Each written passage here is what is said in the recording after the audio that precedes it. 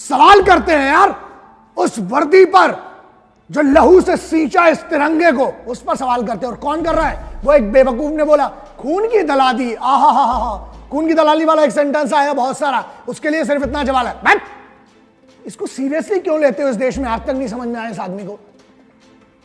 क्यों ऐसे लोगों को?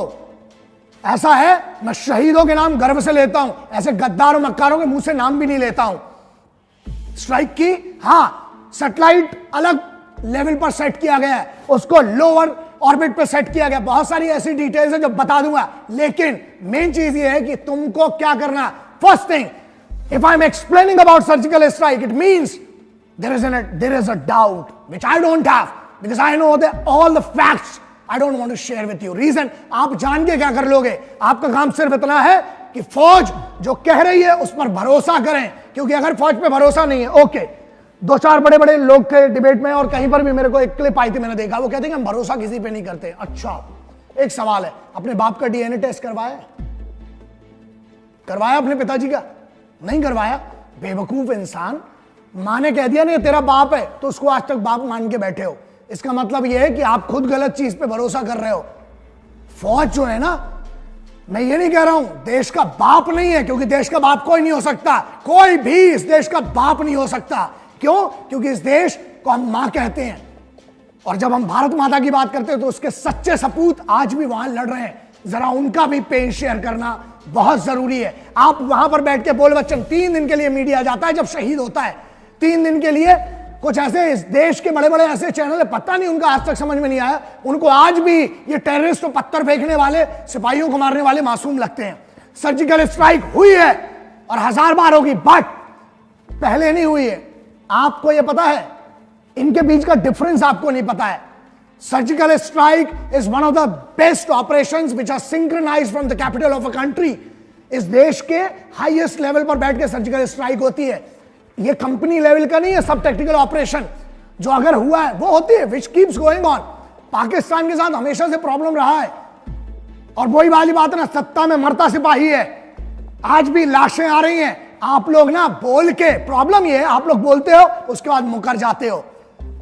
Our mistakes do not have second chance, our mistakes come back in body bags.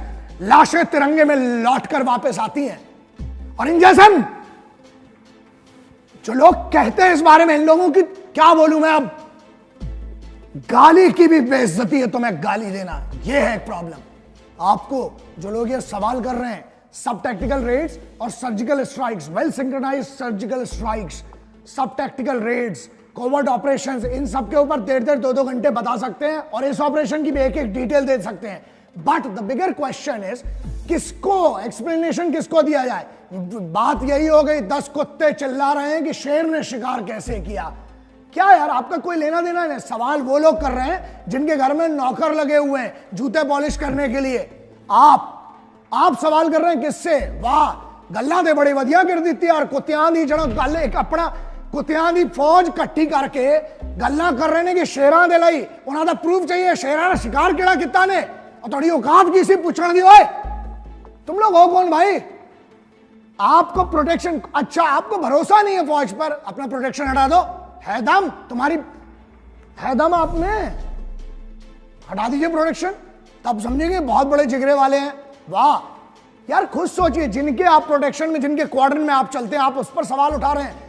Now एक और बड़ी बात है इसमें। पहली चीज तो ये, the day it was explained to the media, जिस दिन ये चीज डीजीएमओ ने बता दी, उस दिन ये टॉपिक खत्म था, क्योंकि आप उनकी क्रेडिबिलिटी पर सवाल नहीं कर सकते हो।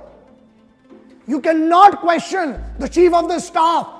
आज आप जनरल दलवीर सिंह साहब के बारे में, उनके डिसीजंस के बारे में आप सवाल कर रहे हैं। You are not the chief and you are not wearing the uniform, you do not have the right even to speak. हाँ यार, आप खुद शर्म करो। आप अपने देश, आप बोलते सर्जिकल स्ट्राइक्स की डिटेल्स दे दीजिए, ठीक है, आप क्या पाकिस्तान के एजेंट हो, आईएसआई के एजेंट हो? Because it's a matter of research. Do you know that world wide, पूरी दुनिया में world wide, all the elite special forces they are discussing about this, क्योंकि ये एक ऐसा ऑपरेशन था जो कानों कान कवर नहीं हुई है। ठीक है, एनडीआरओ सैटेलाइट्स का यूज होता है उसमें, you don't know UAV artillery, aircraft, इन सब चीजों का यूज होता है। उसके बाद बहुत सारी टेक्टिक्स हैं जो सिविल में नहीं आना चाहिए, पहली चीज। दूसरी चीज, जो दुश्मन को तो बिल्कुल भी नहीं पता होना चाहिए, लेकिन आप लोग चाहते हैं कि पूरा एक डॉक्यूमेंट्री बन जाए, मूवी बना रहे हैं नालायकों।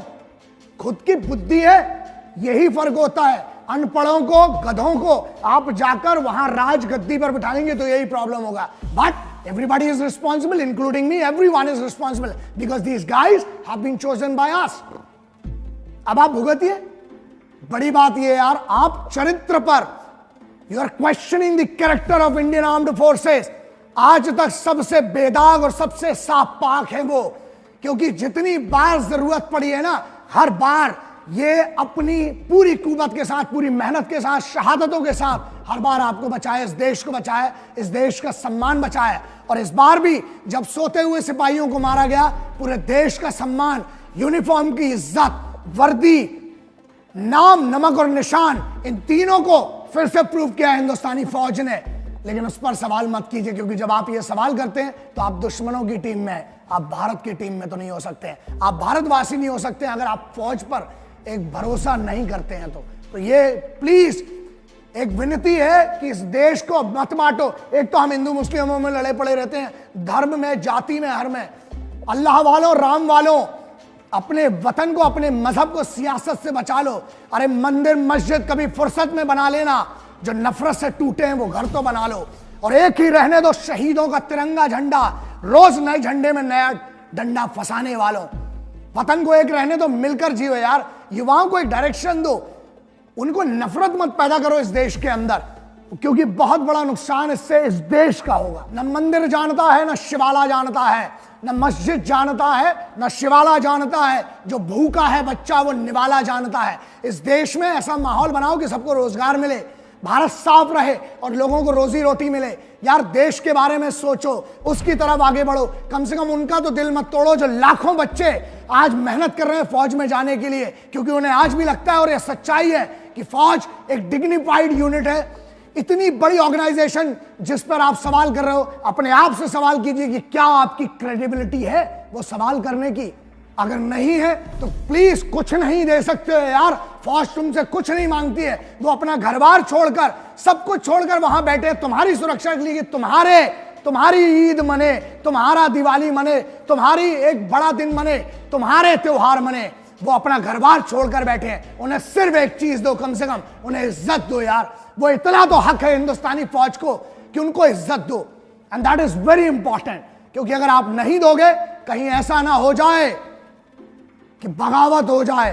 क्योंकि बस मैं बात नहीं कर, इस पर बोलना नहीं चाहता हूं, लेकिन खुद सोचो। लोग कहते हैं ना आर्मी रूल आ जाना चाहिए, सबसे बदतर होगा अगर आ गया तो।